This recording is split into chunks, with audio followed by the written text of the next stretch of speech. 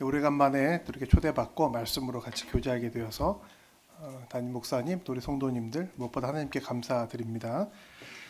오늘 우리가 같이 나눌 말씀은 하박국서의 마지막 결론 부분입니다. 잘 알고 있고요, 또 잘 알려져 있는데 그 이유 중에 하나가 우리가 주일학교 때 많이 또 가르치고 또 부르는 찬양 가사가 여기 있기 때문이죠. 무화과 나뭇잎이 마르고 포도 열매가 없으며 부르진 않겠습니다. 저희 집 애들이 이제 중학생인데 초등학교 때 주일학교에서 너무 많이 이 노래 불러가지고 집에서도 흥얼거리고 그랬던 기억이 납니다. 이제 물어봤습니다. 무슨 말인지 아냐? 몰라요 그러더라고요. 이 노래 우리가 많이 부르고 또 좋아하는 노래인데 이 노래의 의미가 무엇인지 우리에게도 하나님께서 오늘 이 말씀을 통해서 물으시는 줄 압니다. 다시 한번 이 찬양의 의미를 깨닫고 같이 은혜를 누리는 오늘 예배가 되기를 원합니다. 노래입니다. 보면은 3장 19절의 마지막에 이 노래는 지휘하는 사람을 위하여 내 수금에 맞춘 것이니라. 16절부터 19절은 노래입니다. 곡조는 알 수 없지만 하박국서의 마지막은 노래로 끝이 납니다. 오늘날 예배 가운데 이 찬양처럼 발전한 부분도 없는 것 같아요. 예배 당도 또 예배 순서도 여러 가지 많은 것들을 우리를 도와주고 있는데 성경 구절도 이렇게 뜨잖아요.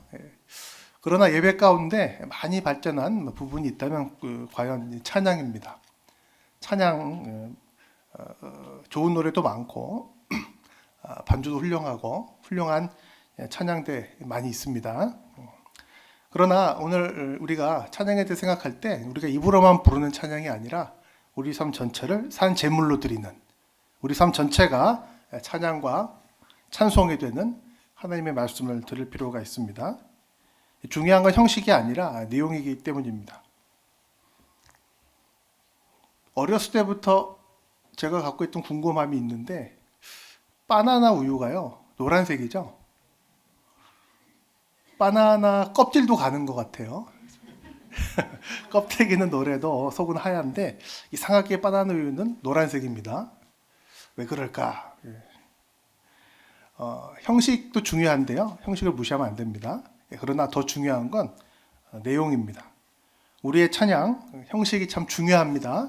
중요한 것입니다. 그런데 훨씬 더 중요한 것은 내용입니다. 형식 때문에 내용이 가려진다면 좋은 노래는 될 수 있어도 좋은 찬양이 되지 않을 수가 있어요. 집에다가 교패를 붙여놨다고 해서 다 교인이 되는 것은 아닙니다. 건물이 교회같이 생겼다고 해서 다 교회가 되는 건 아닙니다. 아침에 운전해서 오다가 저기 강북구청 좀 지나가는데 교회같이 생긴 큰 건물이 있더라고요. 여기 큰 교회가 생겼네 하고 봤는데 교회가 아니던데요. 몰몬교 같던데. 생긴 게 교회같이 생겨서 다 교회가 아니고 진정한 예배가 드려질 때 하나님의 말씀이 선포되고 하나님 이름이 높임 받을 때 그곳이 교회가 되는 것입니다. 오늘 이 말씀을 통해서 우리의 찬양도 좀 생각을 해봐야 되는데 성도가 성도라고 불리어서 성도가 되는 게 아니라 진정한 찬양, 진정한 감사, 참다운 예배를 드릴 수 있을 때 성도가 되는 것이기 때문입니다. 하박국서의 이 찬양에서 우리가 두 가지를 생각해 봐야 됩니다. 그렇다면 진정한 찬양을 드리는 성도, 어떤 찬양을 드려야 할까? 첫째는 언제 찬양 드리느냐입니다. 두 번째는 무엇 때문에 찬송을 부르는가입니다. 먼저 언제 찬양을 드릴 때 진정한 성도가 될 수 있는가 생각해 보겠습니다. 오늘 이 말씀 하박국서의 마지막 결론이죠. 하박국서 길지 않습니다. 집에 가서 보시면 10분이면 다 봅니다. 조금 자세히 보면 한 30분? 3장밖에 되지 않는 이 소선지서가 찬양으로 끝이 나는데 사실 하박국서는 이렇게 노래로 끝나기에는 상당히 심각하고 또 무거운 내용을 다루고 있습니다. 간단히 살펴보자면 1장에서 하박국이 기도를 했어요. 어떤 기도를 했냐면 하나님 도대체 우리나라에 왜 이렇게 불의한 일이 많고 악한 사람들이 많이 있습니까? 좀 정리 좀 해주세요. 기도했습니다. 하나님이 응답하십니다. 안 그래도 내가 이스라엘 내 백성 가운데 악이 너무나 많아서 저 동방에 갈대아 사람들을 일으켜가지고 너희들을 멸망시킬 거야. 하박국이 깜짝 놀랍니다. 그건 아니죠.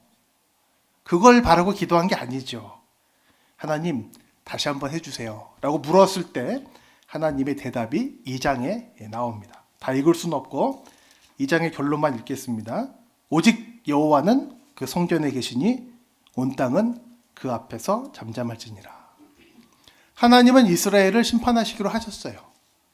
그것도 하나님은 아예 알지 못하는 갈대아 사람들을 통해서 전쟁으로 심판하시기로 하셨습니다. 여호와 앞에 잠잠할지어라. 하박국이 기대했던 기도응답이 아니었습니다. 그러나 하나님의 이 준엄한 심판의 말씀 앞에 하박국은 3장에서 기도합니다.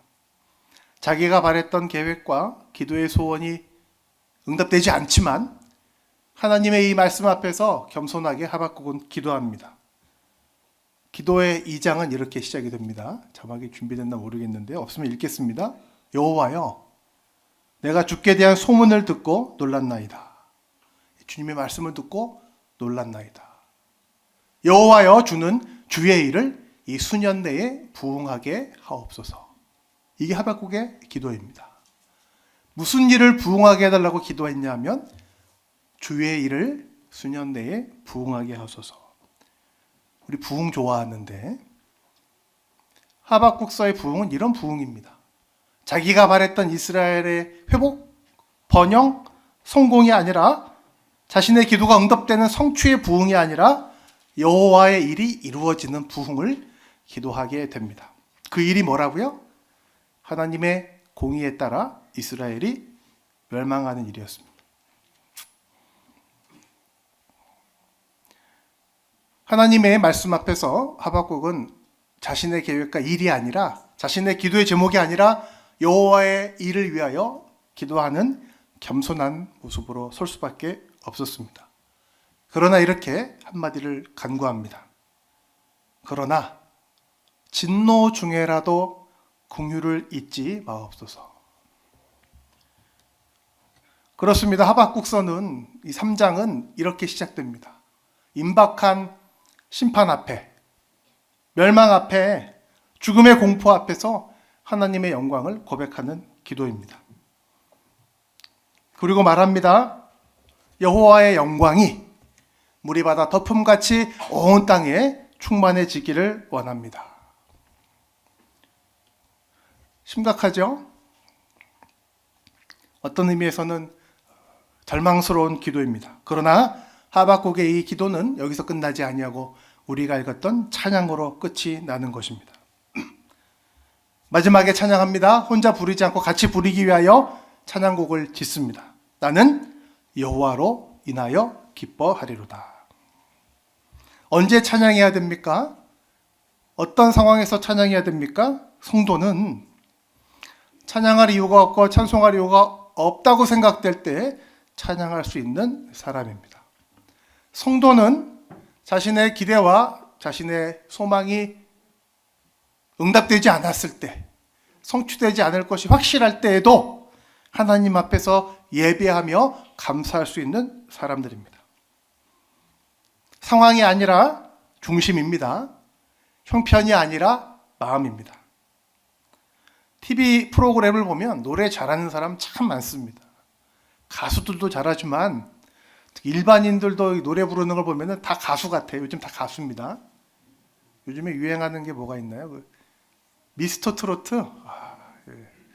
이건 뭐 여러분도 다 한가닥 하시지만 그런 노래 잘하는 분들하고 비교할 때 우리 주일학교 아이들이 크리스마스 때나 뭐 연말에 발표하는 거 보면 뭐 그렇게 잘하는 건 아닙니다. 지난 설이 있었죠. 설날 아이들에게 우리가 노래 불러보라고 시킵니다. 좀 크면 안 해요. 우리 집 애들은 중학생이어서 안 합니다. 큰일 납니다. 어릴 땐 했어요. 율동까지 막 하면서. 잘합니까? 잘 못해요. 그러나 여러분, 미스터 트롯에 나오는 그분들이 더 좋습니까? 아니면 우리 앞에서 이렇게 잘 못하지만 찬양 부르는 우리 집 애들이 더 좋습니까? 왜요? 잘하니까? 아니면 얘네들 그 음반 내 가지고 돈 많이 벌 정도로 실력이 있으니까 그런 거 아니잖아요. 형식은 겉모습은 좀 별로지만 진심이 있잖아요. 마음과 마음이 통하잖아요. 무슨 마음이죠? 1등 하려는 마음, 돈 벌려는 마음 이런 게 아니라 엄마하고 아빠하고 할아버지 할머니를 기쁘게 해드리고 싶은 마음. 좀 못해도 실수해도 더 귀엽죠? 하나님께서도 그런 찬양을 원하십니다. 우리의 마음을 원하십니다. 우리의 중심을 원하십니다. 상황 때문에, 형편 때문에 마땅히 할 수 있으니까, 나한테 유익이 되니까 부르는 그런 노래도 귀할 수 있지만, 그러지 않을 때, 전혀 노래할 이유가 없을 때, 감사할 상황이 아닐 때에도 불구하고 감사하고 찬양한다면 그때 성도가 되는 것입니다. 그때 교회일 수 있는 것입니다. 오늘날 교회의 예배와 우리들의 찬양은 많이 세련되어졌습니다.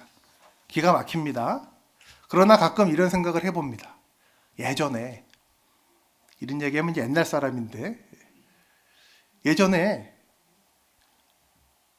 마룻바닥 깔아놓고 기도원에서 우리 찬양하던 우리 부모님 세대의 찬양, 풍금 있죠? 풍금, 발로 밟아야 소리 나는 풍금을 이렇게 치면서 궤도를 넘기면서 불렀던 찬양, 권사님 창법이라고 있어요.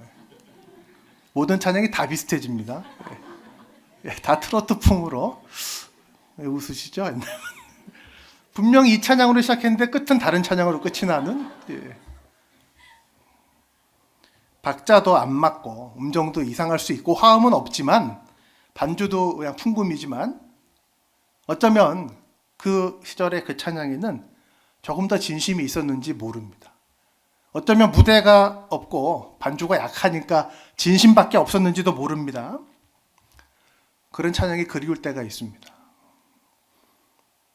어쩌면 오늘 이렇게 예배드리는 우리나라의 많은 예배당보다 하나님께서는 찬양을 부르다가 걸리면은 큰일이 나기 때문에 반주도 없이 악보도 없이 찬양대도 없이 노래 부르고 있는 저 북한의 지하교회 성도들의 찬양을 더 기쁘게 받으시는지 모릅니다. 교회마다 지금 난립니다. 신종 코로나 바이러스 때문에 모일 거냐 말 거냐부터 시작해가지고 오늘 이렇게 전염병의 어려움 속에서도 예배 드리기 위해서 많이 모이신 강북 우리 교회 성도님들, 바로 이것입니다.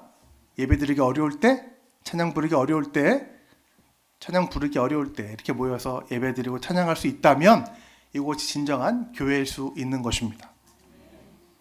우리 삶의 형편 속에서도 항상 기쁜가요? 항상 우리 기도가 응답이 돼가지고 감사합니다, 신나서 찬양할 때가 많은가요? 그렇지 않죠.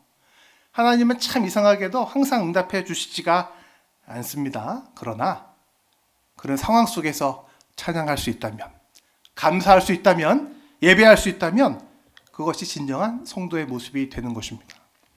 사랑하는 강북 우리 교회 성도 여러분, 저는 모르지만 여러분의 삶 속에서, 가정 속에서, 또 직장 생활 속에서 남모르게 갖고 있는 상처와 아픔과 고통이 다 있죠. 없는 사람이 없습니다.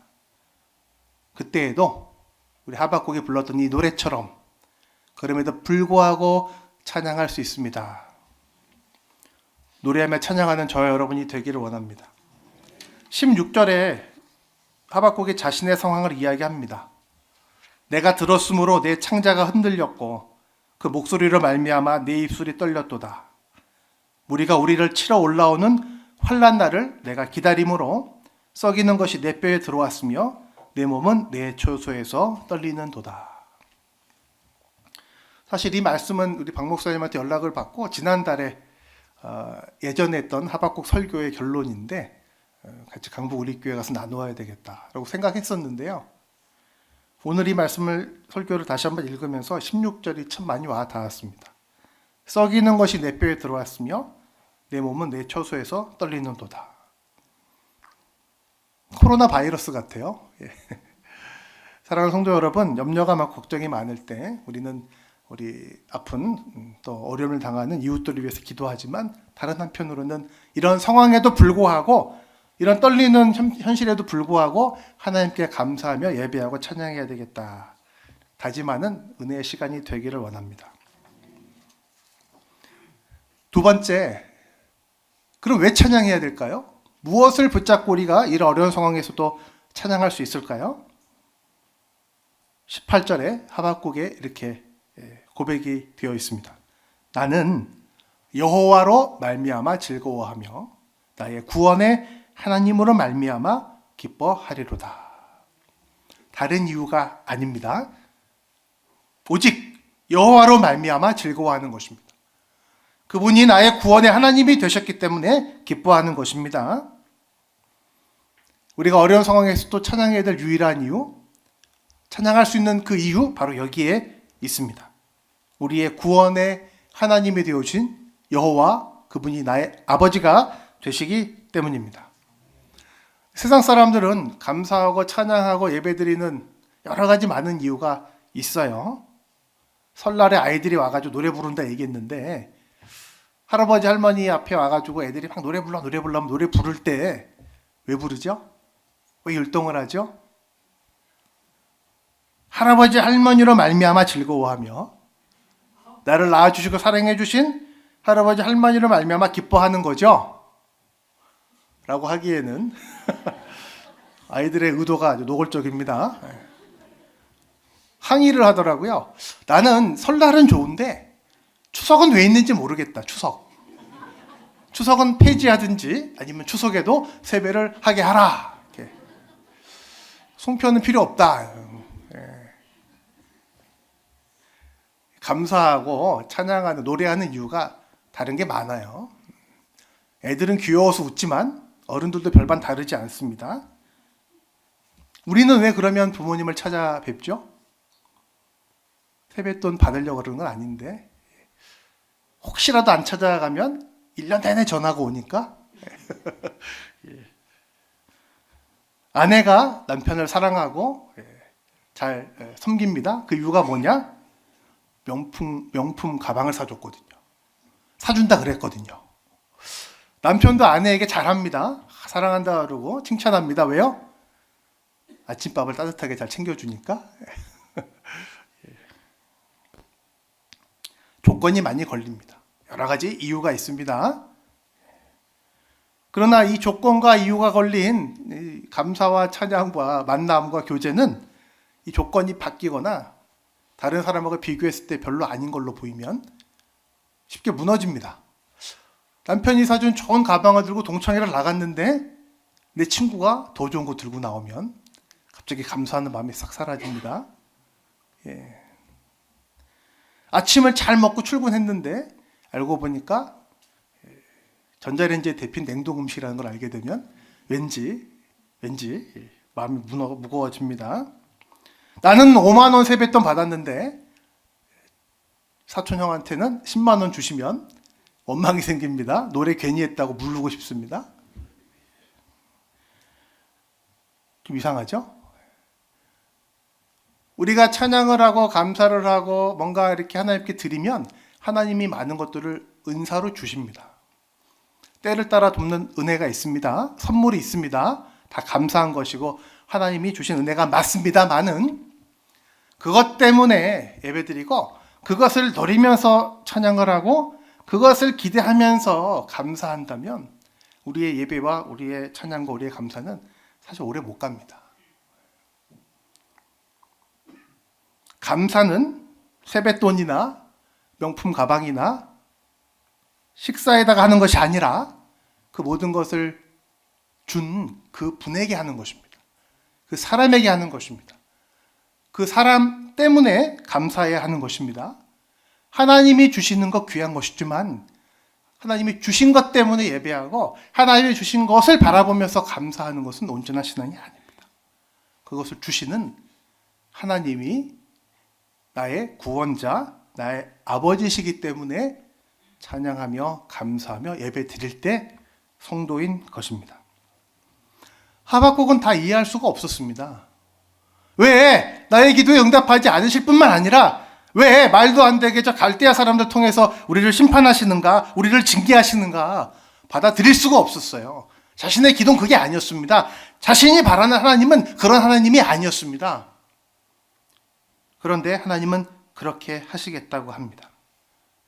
여호와는 성전에 계시니 모든 사람들은 잠잠할지어다 하십니다. 온몸이 떨립니다. 썩이는 것이 뼈에 들어오는 것 같습니다. 모든 조건과 모든 기대가 다 사라져 버렸습니다. 하나님 아니라 그러십니다. 아니라고 하심에도 불구하고, 그런 조건들이 다 사라져 버렸음에도 불구하고 하박국은 기도하고 찬양하기를 선택합니다. 왜냐하면 그런 모든 조건들과 모든 소망들이 사라져 버리자 오직 한 가지, 하나님이 보이기 시작했기 때문입니다. 그 전까지 어쩌면 하박국에게 하나님은 자기 나라를 번성시켜 주시는 하나님, 자기가 생각하는 공의와 정의를 실현시켜 주시는 하나님, 자신이 기도하면 다 들으시는 하나님이었어요. 그런데 하나님이 말씀하시기를 그게 아니라는 거예요. 그러자 자기가 덕지덕지 붙여놓았던 하나님 되시는 조건들이 다 사라져버리자 비로소 하나님을 보게 된 것입니다. 그럼에도 불구하고 살아계신 하나님, 그럼에도 불구하고 이스라엘을 주관하시는 하나님, 그럼에도 불구하고 온 세상에 자신의 이름의 영광을 위하여 자기 백성들을 구원해내실 하나님을 드디어 보게 된 것입니다. 찬양하게 되었습니다. 다른 모든 이유가 사라지자 진정한 찬양을 하게 되었습니다. 오직 하나님을 인하여 기뻐하며 즐거워할 수 있게 되었습니다.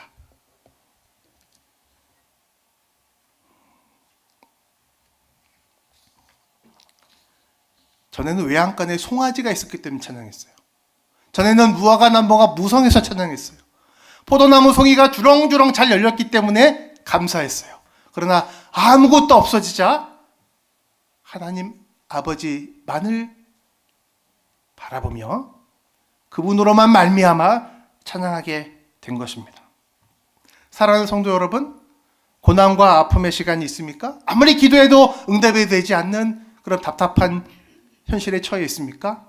바로 그때 하나님께서 우리에게 우리의 시선을 다른 조건, 다른 형편, 다른 은사가 아니라 그분에게 고정시켜 확실하게 그분만을 바라보게 인도하시는 시간임을 깨닫는 은혜가 있기를 원합니다. 하나님은 다른 이유 때문에 찬양받는 분이 아니십니다. 하나님은 그분이 주신 여러 가지 조건 때문에 찬양받기를 원하지 않으십니다. 하나님은 오직 자신의 하나님 되심과 우리를 구원하신 아버지가 되심으로 인하여 찬양받기를 원하십니다. 그렇게 찬양할 때, 그럴 때 찬양할 때, 바로 그 하나님으로 말미암아서만 찬양할 때 놀라운 일이 일어납니다. 물이 바다를 덮음같이 여호와의 영광을 인정하는 것이 온 땅에 가득해지는 놀라운 하나님의 역사에 우리가 쓰임받게 되는 것입니다. 성도의 진실한 소망의 찬양에 하나님의 역사가 일어납니다. 구약에 하박국이 있었다면 신약에는 가장 대표적으로 찬양을 잘했던 사람 중에 우리가 아는 바울과 실라가 있습니다. 빌립보에 들어갔습니다. 마게도니아의 첫성 빌립보는 가고 싶어 간 데가 아니에요. 원래는 소아시아 지방의 교회들을 돌보려고 했는데 마게도니아 사람이 나타났죠. 와서 우리를 도우라. 하나님이 부르신 줄 알고 계획을 바꾸어서 마게도니아에 들어갔습니다. 나름대로 큰 비전을 가지고 야 이제 우리 유럽에서도 교회를 세우는구나. 나름대로도 아주 치밀한 원대한 선교 계획을 가지고 들어갔는지 몰라요. 그러나 빌립보에 들어갔더니 귀신 들린 여자가 있는 거예요. 귀신 들린 여자를 고쳐주었습니다. 박수받고 칭찬받고 많은 사람들이 회개해도 모자란 지경에 이 여자를 고쳐주자 이 여자를 통해서 돈을 벌던 주인이 바울과 실라를 모함해가지고 때리고 감옥에 가두었습니다. 빌립보의 지하 감옥. 이거 상상도 안 했던 거고 계획도 안 했던 거고 기대도 안 했던 결과입니다. 사도행전 16장에 보면 빌립보 감옥에서 바울과 실라가 무엇을 했는지가 기록이 되어 있습니다. 한밤중에 바울과 실라가 기도하고 하나님을 찬송하며 죄수들이 듣더라. 짧은 말씀이지만 저는 생각해 봤습니다. 무슨 기도를 했을까? 무슨 기도를 했을까? 억울했을 거예요. 아팠을 거예요. 채찍에 맞았으니까. 억울한 거는 때린 로마 병정 앞에서 억울한 게 아니라 그거보다는 하나님 앞에 많이 억울했을 것 같습니다. 왜 여길 보내가지고 여자 고쳐줬는데 칭찬은 못 받을 망정 두들겨 맞고 감옥에 같이 하십니까? 하나님 왜 그러십니까? 이게 하나님 원하시는 마게도니아의 첫 사역입니까? 라고 좋게 기도하다가 나중에 원망이 됐겠죠. 우리가 하듯이. 기도했습니다. 해결해 달라고. 왜 이런 지경이 되게 됐냐고 기도했습니다. 바울은 억울한 일을 당할 때마다 또 재판을 받을 때마다 한결같이 하는 말이 있습니다. 그건 뭐냐면 다메섹 도상에서 자신을 만나주신 예수님의 이야기입니다.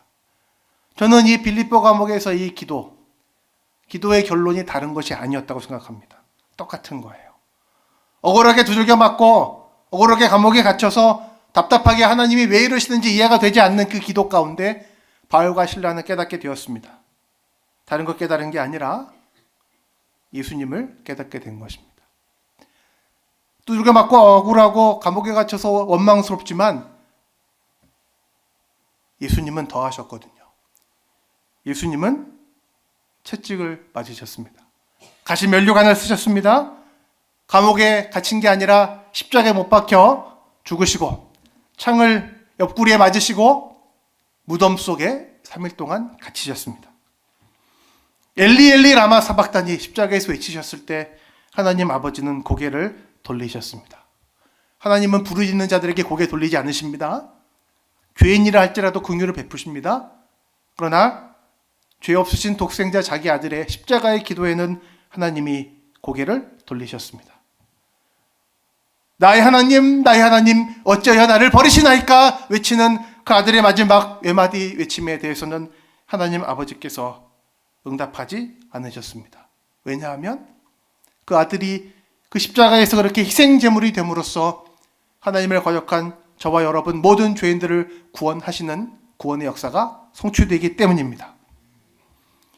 그게 싫어서 성도들을 박해하고 교회를 박해하던 사울을 바로 그 바울을 자기 자신을 예수님이 다메섹으로 가는 그 길에서 만나 주셨습니다. 한마디 하셨습니다. 나는 네가 박해하는 예수라. 포행자, 행악자, 살인자였던 사울이 바울이 되었습니다.